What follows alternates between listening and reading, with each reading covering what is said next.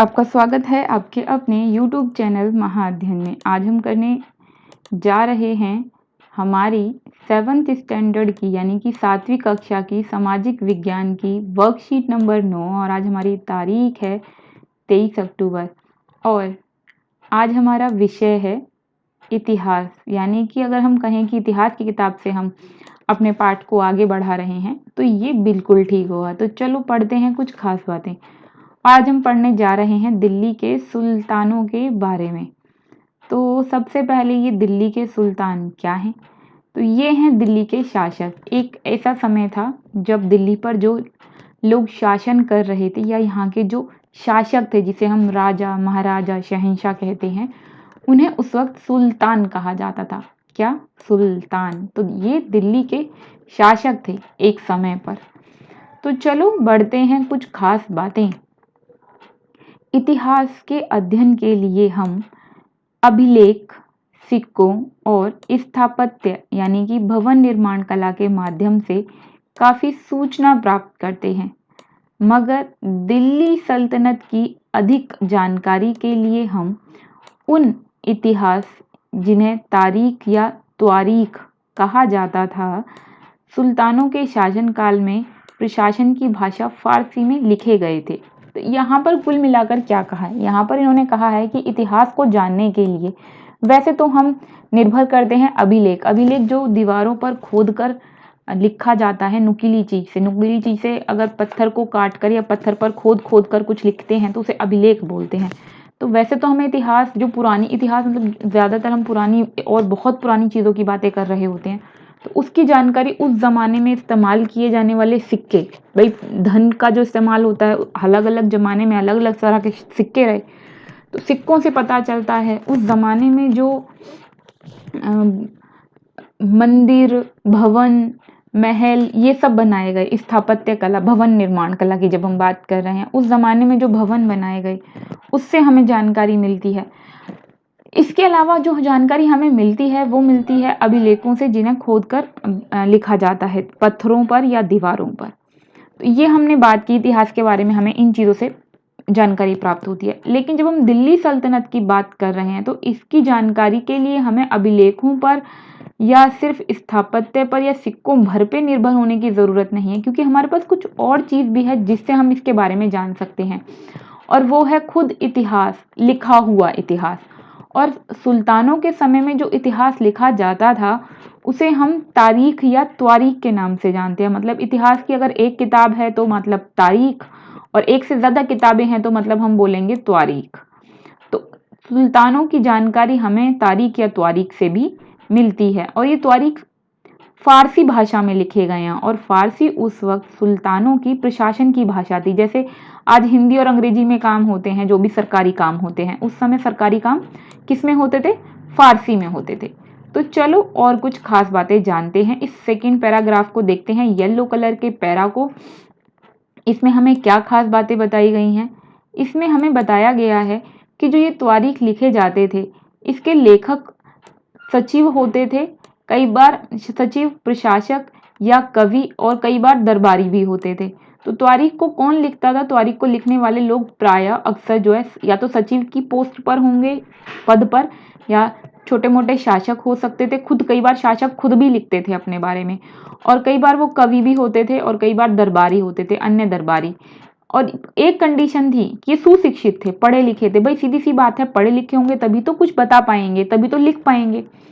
और ये उन घटनाओं का वर्णन करते थे जो कुछ भी उन दिनों चल रहा होता था, और साथ में ये शासक को सलाह भी देते थे कि वो अपना शासन किस तरह करे, और ये इस बात पर जोर देते थे कि शासन को न्याय संगत तरीके से किया जाए, यानी कि लोगों के साथ न्याय किया जाए। तो ये हमारा सेकंड पैरा हमें कुछ खास बातें बता रहा था। अब हम देखते हैं हमारे तीसरे पैरे को कि ये हमें क्या खास बातें बता रहा है। यहाँ पर हमें बताया गया है कि त्वारीख के लेखक, जब हम बात कर रहे हैं कि इतिहास कौन लिख रहा है यहाँ पर, तो हमने कहा कि इतिहास जो है वो सचिव, प्रशासक, कवि या दरबारी में से कोई एक लिख रहा है, और इतिहास को तारीख या त्वारीख नाम से हम जान रहे हैं। तो ये जो लिखने वाले हैं, ये लेखक जो हैं, ये रहते कहाँ हैं? तो ये अपने शासक के पास ही रहते थे। अब क्योंकि दिल्ली के शासक हैं तो ये कहाँ रहते हैं, ये दिल्ली में ही रहते हैं। ऐसा शायद ही कभी होगा कि ये लोग कभी गाँव में रहते रहे हों, ये शासक के साथ नगरों में ही रहा करते थे। तो वे अक्सर अपने इतिहास सुल्तानों के लिए ये सब चीज़ें इसलिए लिखते थे ताकि इतिहास जो उन्होंने कुछ लिखा है उसे सुनकर शासक यानी कि जो उस वक्त का राजा शहंशाह सुल्तान है वो खुश हो जाए और खुश होकर उन्हें ढेर सारा इनाम और इकराम दे।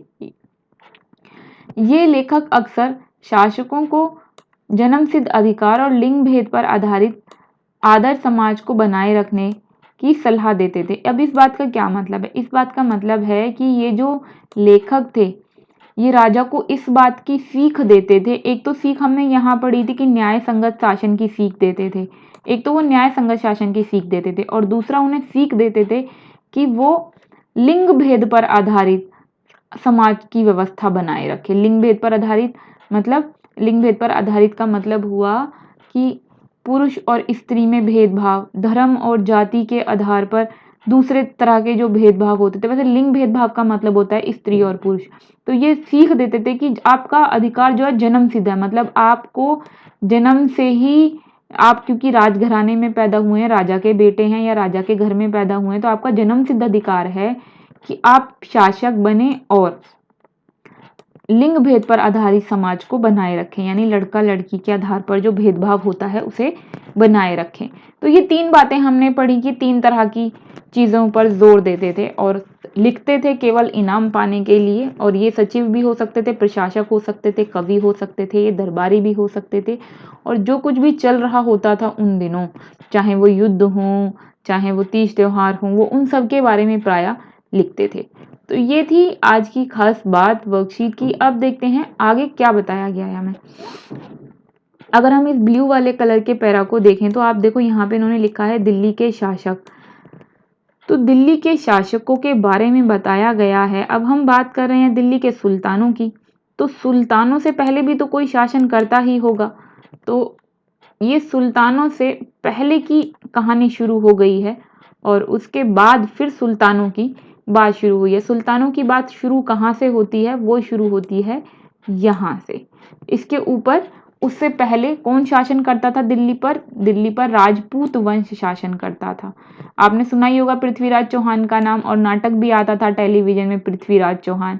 ये वही पृथ्वीराज चौहान की बात कर रहे हैं। तो सबसे पहले हम बात कर रहे हैं और एक बात याद रखिएगा कि जब हम बात करें कि तोमर 12वीं शताब्दी में 1165 में दिल्ली पर शासन करते थे, तो ऐसा नहीं है कि उससे पहले शासन नहीं करते थे। आपको याद होगा, हम महाभारत पढ़ते हैं, इंद्रप्रस्थ के नाम से दिल्ली को जानते हैं, उस वक्त वो दिल्ली पर शासन किया करते थे।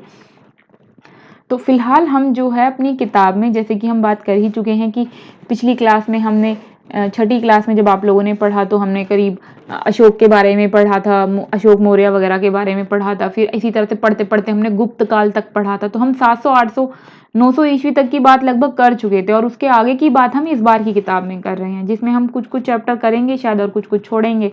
तो फिलहाल हम बात कर रहे हैं दिल्ली की। दिल्ली पर तोमर वंश शासन करता था, 1165 ईस्वी की बात कर रहे हैं। फिर हम बात करें अनंगपाल, इसका एक प्रमुख शासक था जिसने 1130 से 1145 तक शासन किया। उसके बाद तोमर वंश के बाद दिल्ली पर शासन किसने किया? तोमर वंश के बाद शासन किया चौहान वंश ने।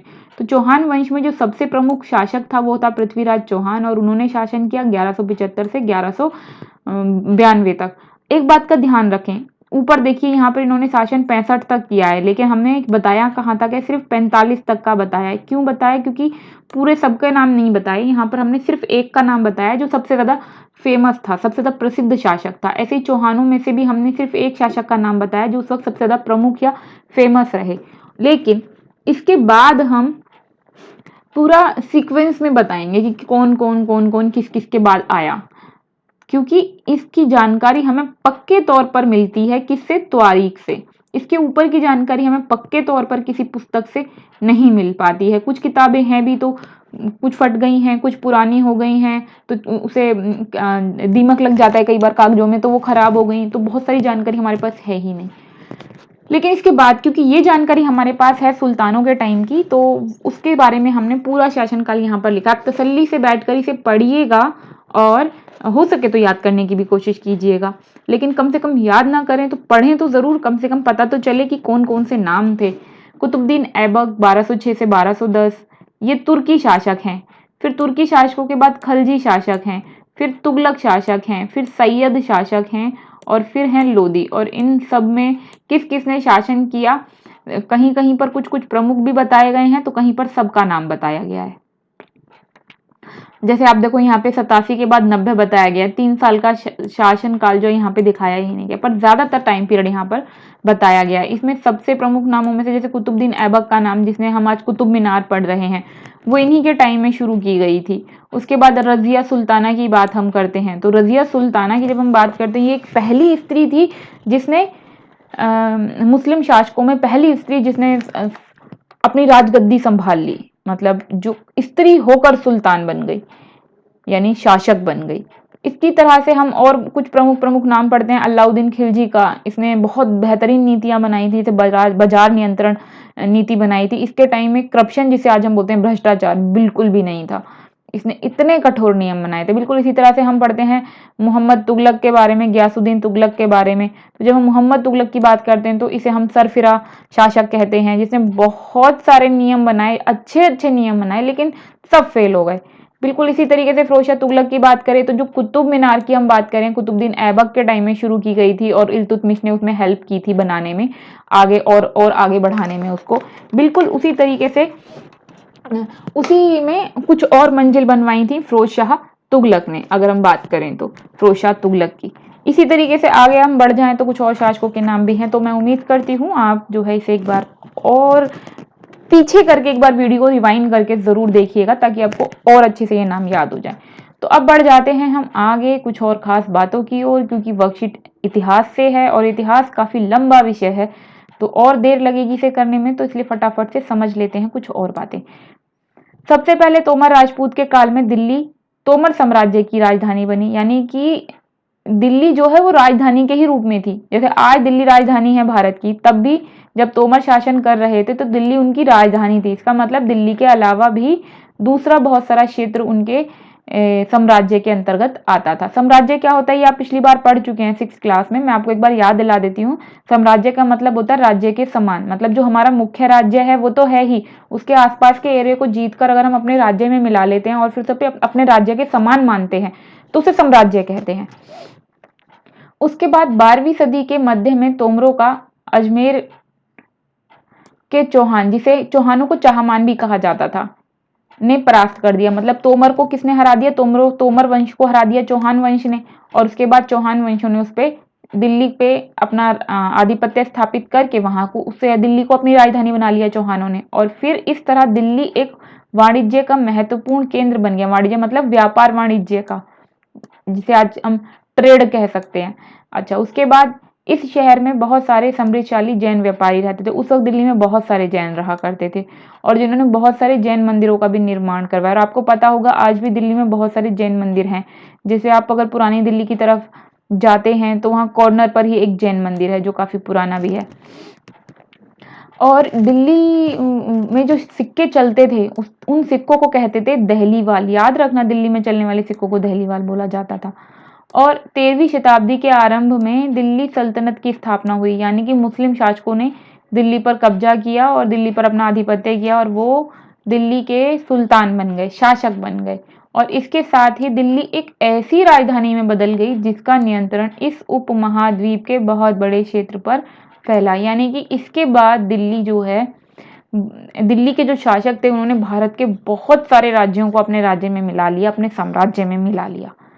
और इस तरह पूरे महाद्वीप यानी उपमहाद्वीप के बहुत बड़े क्षेत्र पर इन्होंने शासन किया। और सिर्फ आज जो भारत में क्षेत्र सिर्फ उन पर ही नहीं है, सिर्फ काफी सारे क्षेत्र जो भारत में अब नहीं भी हैं उन पर भी इन्होंने राज्य किया। अब बढ़ते हैं प्रश्न उत्तरों की ओर। देखें तो आज हमने सीखा क्या, इतनी लंबी वर्कशीट की, हमने कुछ सीखा भी तो होगा। तो चलो, पहला प्रश्न हमसे पूछा गया है, कौन कौन से स्रोत हमारी सहायता करते हैं इतिहास को जानने में। तो मैंने आपको बताया था, अभिलेख जिन्हें दीवारों पत्थरों पर खोदकर लिखा जाता है, सिक्के या फिर भवन जिसे हम स्थापत्य कला बोलते हैं, वो हमारी करते हैं मदद। फिर दूसरा प्रश्न हमसे पूछा गया है, त्वारीख का अध्ययन किस प्रकार हमारे लिए उपयोगी हो सकता है। तो भाई सीधी सी बात है, त्वारीख क्रमबद्ध तरीके से यानी एक के बाद एक घटना को लिखा जाता था त्वारीख के अंदर उस समय। तो और सबसे ज्यादा त्वारीख के बारे में हमें किस चीज की जानकारी मिलती है, तो सुल्तानों के बारे में जानकारी मिलती है। तो किस तरह उपयोगी है, सुल्तानों के शासन काल, प्रशासन व अन्य घटनाओं संबंधी ब्यौरा देने में सहायक है। फिर तीसरा प्रश्न, त्वारीख के अध्ययन की सीमाएं बतानी है। तो मतलब इसकी क्या लिमिट है, लिमिट मतलब कि इसमें क्या हमें प्राप्त नहीं होता, हमें क्या हमें सिर्फ कितना प्राप्त होता है, उससे आगे की जानकारी हमें नहीं मिलती, वो उसकी सीमा हो गई। तो क्या सीमा है, सीमा ये है कि सुल्तानों को इकरारनामे पाने के लिए लिखे जाते थे। इस वजह से कई बार जो लेखक थे वो इसमें गलत चीजें भी लिख देते थे। गलत चीजें मतलब बढ़ा चढ़ाकर लिख देते ताकि शासक खुश हो जाए। जो उसके अंदर नहीं भी है, मान के चलो वो उतना बहादुर नहीं भी है तब भी लिख दिया, वो उतना अमीर नहीं है तब भी लिख दिया कि वो बहुत अमीर है, वो दयावान नहीं है तब भी उसे दयावान बता दिया। तो इस तरह से कुछ झूठी चीजें भी मिल जाती हैं। और इसकी एक खराब बात ये भी है कि ये जन्मसिद्ध अधिकार और लिंग भेद को प्रोत्साहित करते थे। ये जो लेखक थे, त्वारीख जो है वो प्रोत्साहित करता है जन्मसिद्ध अधिकार को, और जिससे लोग सहमत नहीं थे। मतलब लोग सहमत नहीं है इसका मतलब ऐसी चीज लिखी जा रही है जो कि समाज में नहीं होनी चाहिए। तो ये त्वारीख की खराब बातें या सीमाएं हो गई। अब हमें चौथे प्रश्न का उत्तर बताना है। ये हमारे लिए फिर पता लगाने वाली बात है, और पता हमें ये लगाना है कि कुतुब मीनार के निर्माण में किस किसने योगदान दिया, और हमें कुतुब मीनार के संदर्भ में अन्य जानकारी भी एकत्रित करनी है। तो चलो मैं आपकी इसमें मदद कर देती हूँ इसका उत्तर लिखने में, लेकिन उससे पहले मैं आपसे एक रिक्वेस्ट करना चाहती हूँ। जैसे आपको वर्कशीट करने से बहुत हेल्प मिलती है और आपको बहुत अच्छा लगता है, बिल्कुल ऐसे ही जब आप वीडियो को लाइक करते हैं और चैनल को सब्सक्राइब करते हैं तो हमें बहुत अच्छा लगता है। चैनल को सिर्फ एक ही बार सब्सक्राइब करना होता है, बस केवल एक बार। आपकी वीडियो के नीचे रेड कलर का निशान आ रहा है अगर आप देखेंगे तो, और वीडियो के नीचे जहाँ और उस पर लिखा होगा सब्सक्राइब, तो अगर आप सब्सक्राइब पर क्लिक करेंगे तो कलर चेंज हो जाएगा, इसका मतलब चैनल सब्सक्राइब हो गया।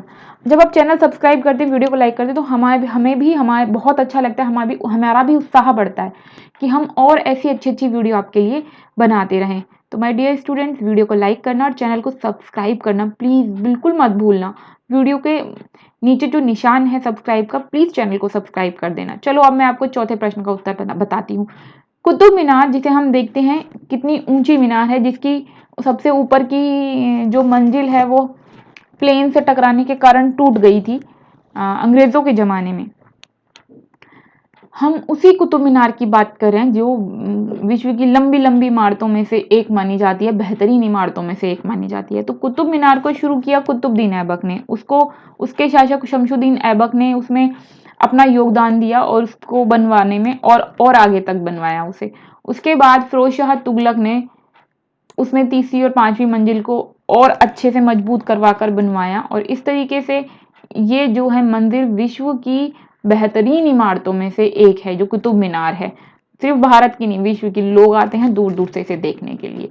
आप इसके बारे में कुछ और जानकारी भी लिखना चाहें तो लिख सकते हैं, क्योंकि ज़्यादातर बच्चे कहते हैं मैम आंसर छोटा रखिए, तो इसलिए इतना ही आंसर लिखा है। आप और लिखना चाहें तो लिख सकते हैं, जैसे जो कुछ मैंने आपको बताया उसे बड़ा बड़ा करके लिख सकते हैं। बड़ा करके मतलब पूरा वाक्यों में लिख सकते हैं, मतलब बड़े बड़े अक्षरों में नहीं। तो ये थी आज की प्यारी सी अच्छी सी नॉलेज वाली वर्कशीट। और आगे बढ़ने से पहले वीडियो को अपने सेक्शन के फ्रेंड्स और दूसरे सेक्शन के फ्रेंड्स का शेयर करना बिल्कुल भी ना भूलें, क्योंकि ज्ञान बांटने से बढ़ता है। फिर मिलते हैं ऐसी अच्छी सी वीडियो के साथ, तब तक के लिए नमस्कार और थैंक यू।